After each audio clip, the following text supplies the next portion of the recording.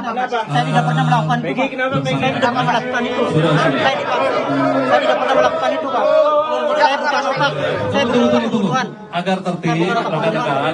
Ya, tunggu. Saya rela mati. Tunggu, sabar ya. Tidak. Sabar. Ya, Mau keadilan saya kami itu. persilahkan.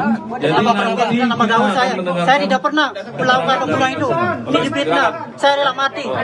Saya rela mati. Tidak. Sudah. Ya, rekan-rekan, tolong tertib. Nanti kita sama-sama mendengar.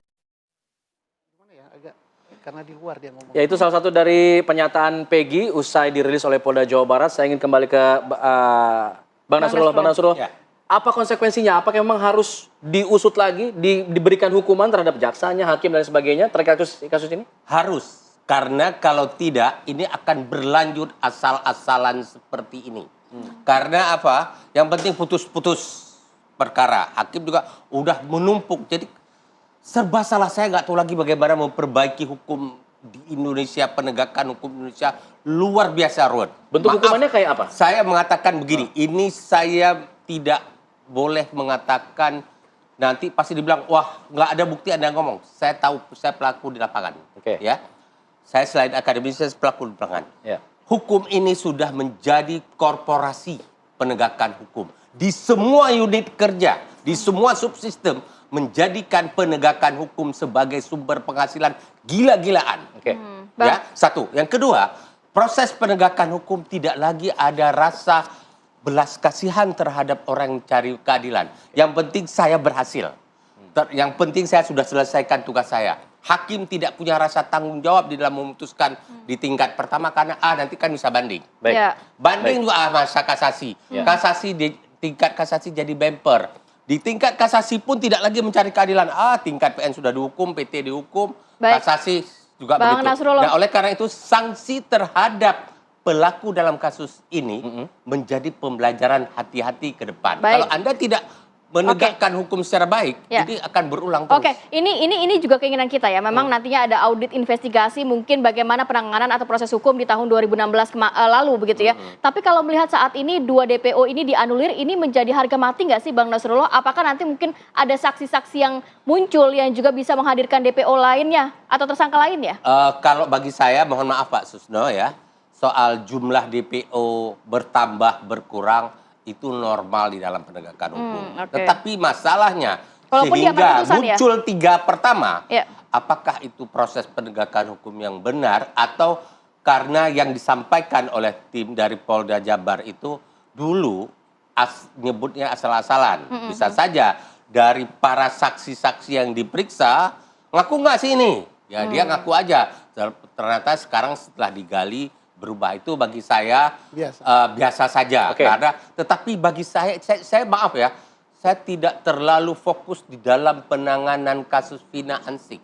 Tapi saya jadikan kasus keseluruhan. Vina untuk momentum proses perbaikan penegakan hukum. Kita diskusi ini kan arahnya ke Betul. sana. Iya, gitu. iya. Betul. Kalau kita tidak bicara bagaimana ini ke depan, Anda akan membiarkan dunia peradilan, sekali lagi, bukan dunia pengadilan, dunia peradilan. Ya. Baik. Itu semakin kacau balau, semraut dan seenak-enaknya. Oke. Anda lihat tiap hari kita ditampilkan, disuguhkan kekerasan-kekerasan. Apa nggak prihatin bagi Iya, anak cucu kita ke depan? Baik, jadi momentum ya Bang ya. Lawan ini. Baik. Saya ingin ke Bang Reza. Bang Reza, apa yang disampaikan oleh Bang Nasrullah, apakah juga menjadi keinginan kuasa hukum Vina agar kemudian ada audit investigasi dan menghukum pelaku-pelaku peradilan yang selama ini dianggap tidak sejalan begitu? Ya, saya sepakat dengan Bang Nasrullah dan Pak Susno. Jadi tidak bisa juga serta-merta menghilangkan 2 terduga DPO itu. Karena kan semua sudah ada dari mulai awal penyidikan di tingkat pengadilan. Jadi itu semua harus diusut ulang lagi. Kenapa bisa dihilangkan? Itu kan nggak bisa juga tanpa keterangan. Kita berusaha untuk menemui pihak Polda Jabar juga masih belum diberi kesempatan. Jadi kita juga untuk menentukan upaya-upaya hukum ke depan ini kan masih belum bisa bergerak. Kita masih tetap menunggu untuk bertemu dengan pihak Polda Jabar untuk diminta untuk kita berdiskusi gitu. Baik, Bang Reza, kalau misalnya melihat tadi kejanggalan yang juga masih dinyatakan oleh Pak Susno, salah satunya mengenai sperma yang tidak diketahui DNA-nya. Kemudian juga faktanya kabarnya ada CCTV di lapangan yang juga tidak diambil oleh pihak kepolisian. Ini sudahkah ada bukti-bukti juga yang dikumpulkan oleh keluarga Vina atau kuasa hukum Vina terkait hal-hal ini? Jadi memang pihak kita tidak mengikuti dari awal karena kita baru menjadi kuasa hukum kan setelah akhir-akhir ini. Jadi kalau misalkan ada bukti-bukti baru segala macam sih kita masih baru mengumpulkan keterangan-keterangan terkait dan kita tetap fokus untuk di awal itu kan 3 DPO yang belum ditemukan dan kita memohon setelah DPO ditemukan ini kita minta untuk dirilis wajahnya akhirnya dipenuhi oleh pihak kepolisian dan kita mengucapkan apresiasi kepada pihak kepolisian yang sudah luar biasa bekerja sehingga bisa menemukan satu terduga DPO ini, tapi yang kita sayangkan juga kenapa 2 aja hilang, padahal kita berharap dengan ditemukannya terduga DPO yang satu ini akan bisa mengungkap ada di mana nih 2 terduga DPO yang lain, gitu. Tapi kan ternyata hasilnya tidak sesuai dengan apa yang kita harapkan, seperti itu. Mas Reza, sempat ada kuasa hukum dari Vina juga menyatakan bahwa ada beberapa pihak yang dicurigai dan juga harus dimintai keterangan oleh pihak kepolisian. Selain saksi kunci Linda, adakah lagi pihak-pihak yang akan didorong oleh kuasa hukum Vina untuk dimintai keterangan oleh pihak kepolisian?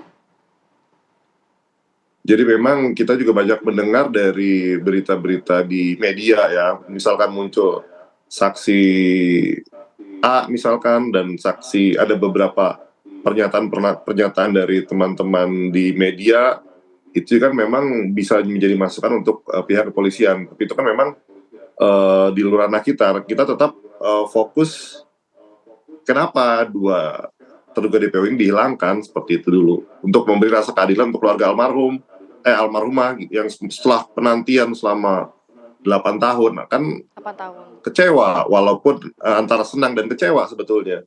Senangnya karena bisa tertangkap terduga DPO yang satu, tapi kecewa sekali dengan kok tiba-tiba menghilang setelah semuanya jelas dan melalui sudah putusan yang inkrah seperti itu.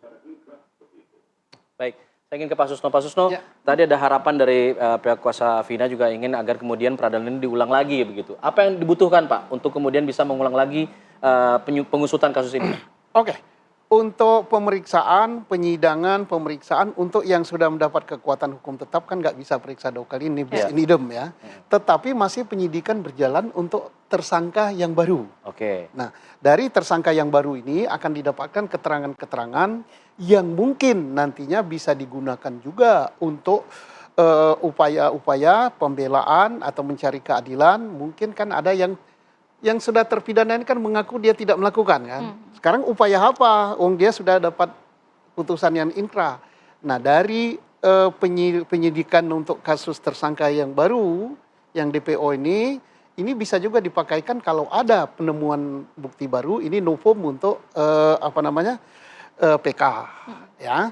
Jadi bukan pemeriksaan dari awal. Nah, kedua, ditemukan lagi tersangka-tersangka lain yang memang belum disidik, ya bisa disidik gitu. Bisa disidik, silakan masyarakat memberikan informasi pada Polri. Nah, terkait dengan beliau tentang audit ya, kita wajib, saya hormat ya dengan Polri, bukan karena institusi saya. Polri telah lebih dulu walaupun tertutup mengadakan examination dan audit terhadap jalannya penyidikan ini.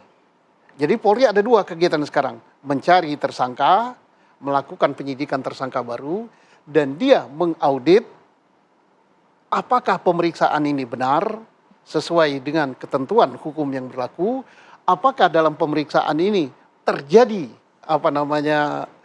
pelanggaran HAM dan sebagainya. Ini secara tertutup sudah dilakukan dan yakinlah akan ada sanksinya kalau salah. Oke, nanti Bang Nasrul tahan dulu ya Bang, kita harus jeda dulu, kita kembali saat lagi tetap bersama kami di Apa Kabar Indonesia Pagi.